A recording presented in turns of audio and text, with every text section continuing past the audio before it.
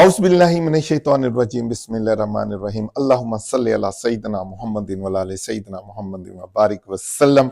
अस्सलामु अलैकुम व रहमतुल्लाहि व बरकातुहू। जी दोस्तों, मैं और आप सूफी सरगम जिसमें दिल से की जाती हैं दिल की बातें सच्चे दिलों के साथ, रमजान का चौथा रोजा,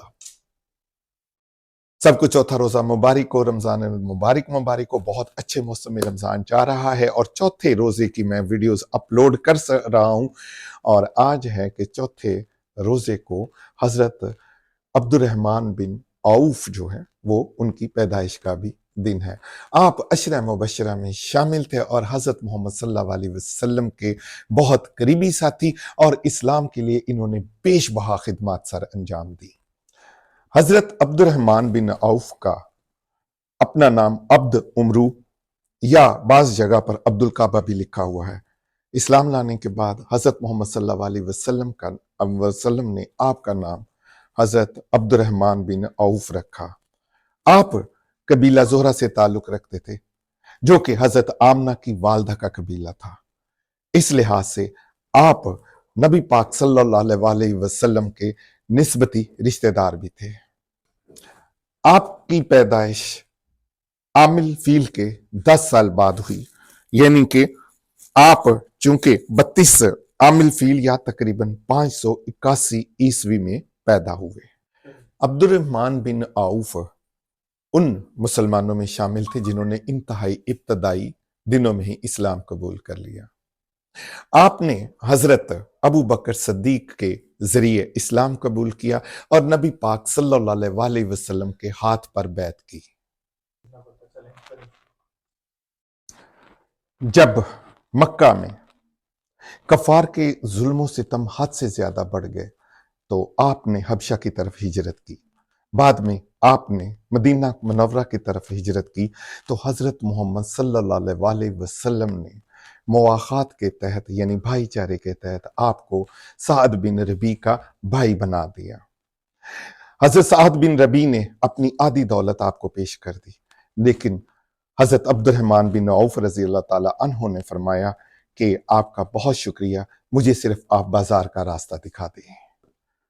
फिर आपने तिजारत शुरू की। अल्लाह ताला ने आपकी इस तिजारत में इंतहा की बरकत डाली। आपकी जहानत और कारोबार से लगन की वजह से आप इंतहाई दौलतमंद कारोबारी लोगों में शुमार हो गए। आप सखावत में भी इंतहा का दर्जा रखते थे। आप सखी सहाबी के नाम से भी मशहूर थे। हजरत अब्दुर्रहमान बिन औफ तमाम गज़वात में शरीक हुए। गज़वा बदर में आप बड़ी बहादुरी से लड़े और दुश्मनान के कई सरदारों को कत्ल किया। जंग ओहद में आप जख्मी हुए और आपको 20 से ज्यादा जख्म हुए। जंग तबूक में हजरत अब्दुर्रहमान बिन औफ ने सबसे ज्यादा माल खर्च किया। आप इंतहा के फयाज थे। फयाजो सखावत का ये आलम था कि एक दफा आपने 700 ऊंटों के बराबर माल जो है वो अतिया कर दिया। 40 दिनार, 500 ऊंट और 500 घोड़े मुजाहिदीन के लिए अतिया किए। हजरत आयशा रजी अल्लाह ताला अन्हु को 40,000 दिनार भिजवाए। चूंकि आप इंतहाई दौलतमंद लोगों में शुमार होते थे, दौलतमंदी के साथ साथ आप इंतहाई फयाजी में भी आप अपनी मिसाल नहीं रखते थे।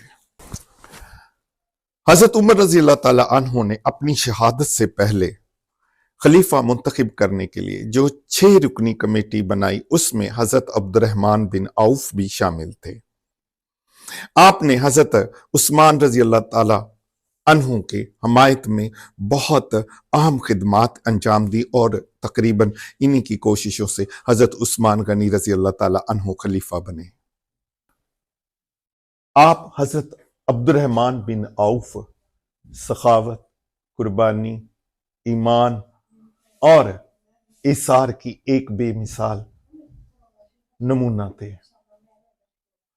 आपने अल्लाह की राह में बेशुमार कुर्बानियां देके अपनी दौलत के जरिए और दूसरी कुर्बानियां देकर عشرہ مبشرہ کیا، سعادت حاصل کی۔ اللہ ان سے راضی ہو، ان سے راضی ہے۔ ان عظیم ہستیوں کے صدقے، اس رمضان کے صدقے اللہ ہم پر بھی راضی ہو جائے۔